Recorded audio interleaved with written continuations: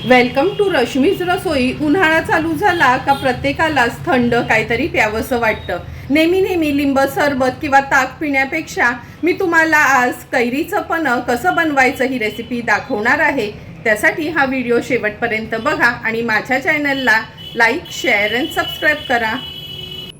आज आपण उन्हाळा स्पेशल कैरीचं पन्ह बनवणार आहोत। त्यासाठी मी 3 ह्या तोतापुरी कैऱ्या घेतल्या आहेत। तुम्ही कोणती राजापुरी म्हणा किंवा आंबट आपली गावठी कैरी असते ती वापरली तरी चालेल। 3 आपण ह्या तोतापुरी कैऱ्या वापरणार आहोत। नंतर ह्याचा गर काढल्यावर तो मोजूनच आपण गुळाचं प्रमाण परफेक्ट सांगणार आहोत। आज आपण कैरीचं पन्ह गुळ घालून करणार आहोत, म्हणून पिवळसर असं हे गुळ घेतलं आहे। चमचाभर जिरं पूड आणि चवीप्रमाणे मीठ यूज करणार आहोत। तर चला मग लगेचच रेसिपी बनवायला सुरुवात करूया। सर्वात आधी ह्या 3 तोतापुरी कैरी आपण स्वच्छ धुवून घेतलं आहे। आता ह्याचं देठ काढून घेऊया।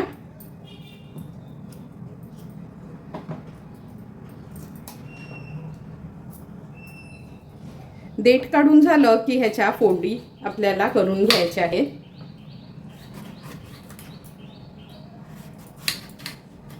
हे बघा, अशा ह्याच्या मी फोडी करून घेते। अजिबात या कैरीमध्ये बाटा नाही आहे, पोय असलेलीच कैरी आहे, म्हणजे याचा गर छानपैकी निघेल।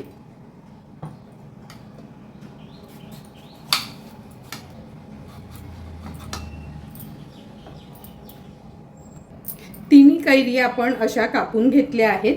आतली कोय पण काढून घेते, किंवा तुम्ही वाफवल्यावर काढून घेतलीत तरी चालेल।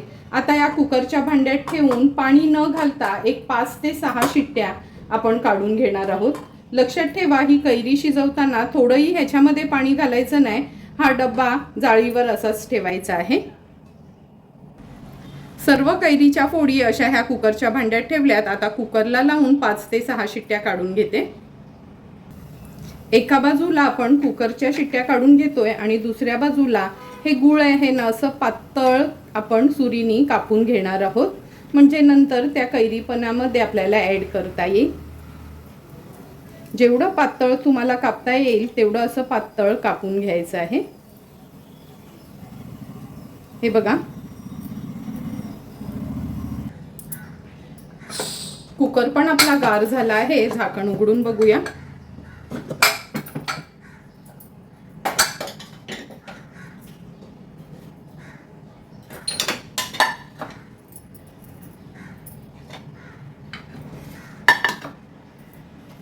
हे बघा, अगदी परफेक्ट अशा ह्या कैऱ्या शिजल्या गेल्यात। थोडंही पाणी घातलं नव्हतं। आता या प्लेटमध्ये मी ह्या काढून घेते। सर्व कैऱ्या आपण ह्याच्यात काढून घेऊया। अशा 5-6 शिट्ट्या घेतल्यानं का छान मऊसूत शिजल्या जातात।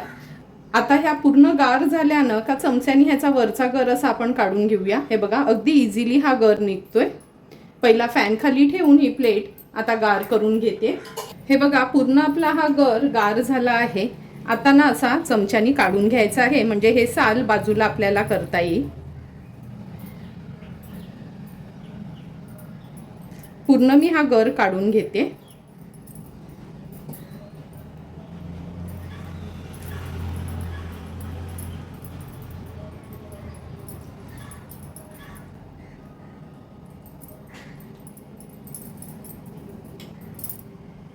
हे बघा, सर्व आपण त्या कैरीचा गर काढून घेतला आहे। कोय वगैरे कुठे राहिली असेल ती पण काढून घ्यायची आहे। आता हे आपण मेजर करून घेऊया। मी हा बोल घेतला आहे, तुम्ही मेजरिंग कप, पेला, वाटी काही घेऊन मेजर करून घेऊ शकता।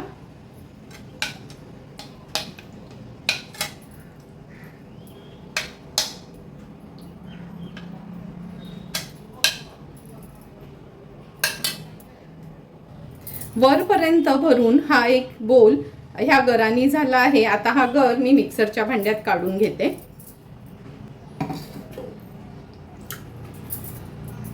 जेवढा हा कैरीचा गर निघालाय ना, तेवढंच आपण हे बारीक असं चिरून घेतलेलं गुळ घेणार आहोत। गुळाचं प्रमाण तुमच्या आवडीप्रमाणे ना कमी जास्त तुम्ही करू शकता।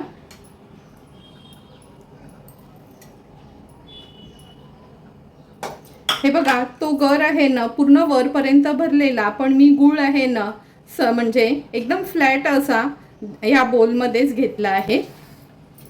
आता हा गूळ पण काढून घेते. थेंबभरी पाणी न घालता आता मिक्सरला एकदम फाईन पेस्ट आपल्याला ह्याची करायची आहे. हे बघा, सर्व गूळ पण आपण ह्याच्यात काढून घेऊया.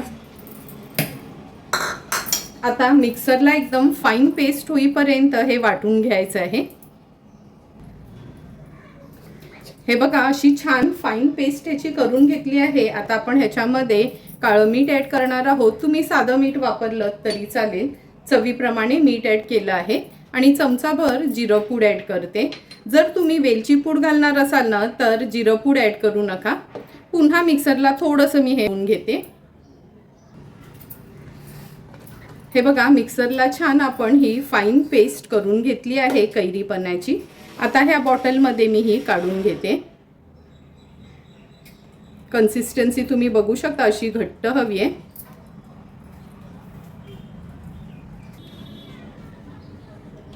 हे बघा, पूर्ण बॉटल भरून आपलं हे कैरीपण तयार झालं आहे. हे तयार झालेलं कैरीपणानं तुम्ही 2.5 ते 3 महिने फ्रीजमध्ये आरामात टिकवू शकता. फक्त लक्षात ठेवा, ह्याच्यामध्ये थोडंही थेंबभर पाणी जाता कामा नये. तर चला, आता हे जे आपण कैरीपण तयार केलंय ते आपण पिण्यासाठी बनवून घेऊया. कैरीपण सर्व करण्यासाठी आपण हा काचेचा ग्लास घेतला आहे. ह्याला थोडंसं असं गार्निश करून घेणार आहोत, म्हणजे रेस्टॉरंट स्टाईल दिसेल म्हणून मिरची पूड आणि मीठ मिक्स करून घेतलं आहे. बर्फ वापरणार आहोत. कैरीचं पण जे तयार केलं आहे ते घेतलं आहे. पुदिना आहे आणि अगदी गार पाणी यूज करणार आहोत. तर चला मग लगेचच कैरीपण बनवायला सुरुवात करूया.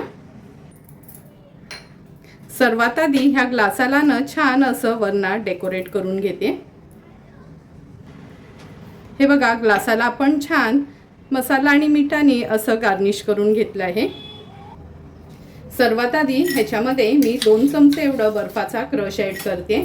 कारण का जेवढं गार असेल ना हे कैरीचं पण तेवढं प्यायला खूप छान वाटतं. थोडीशी पुदिन्याची पानं घेतली आहेत, अशी 2-2 तुकडे करून. आता आपण ह्याच्यामध्ये पाव ग्लास एवढं कैरीचं पण घेणार आहोत.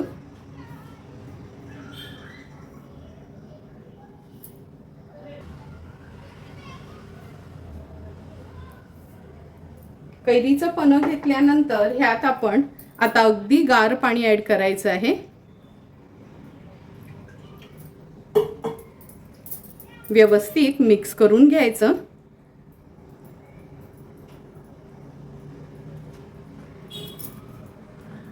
तुम्ही बघू शकता, सुंदर असं आपल्या घरच्या घरी कैरीपण तयार झालं आहे.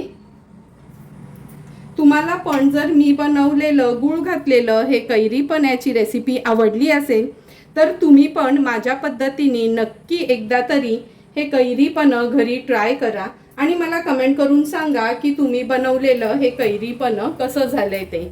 जर तुम्हाला मी बनवलेल्या या कैरीपणाचा व्हिडिओ आवडला असेल तर नक्की माझ्या चॅनलला तुम्ही लाईक, शेअर अँड सबस्क्राईब करा. Thank you for watching my video.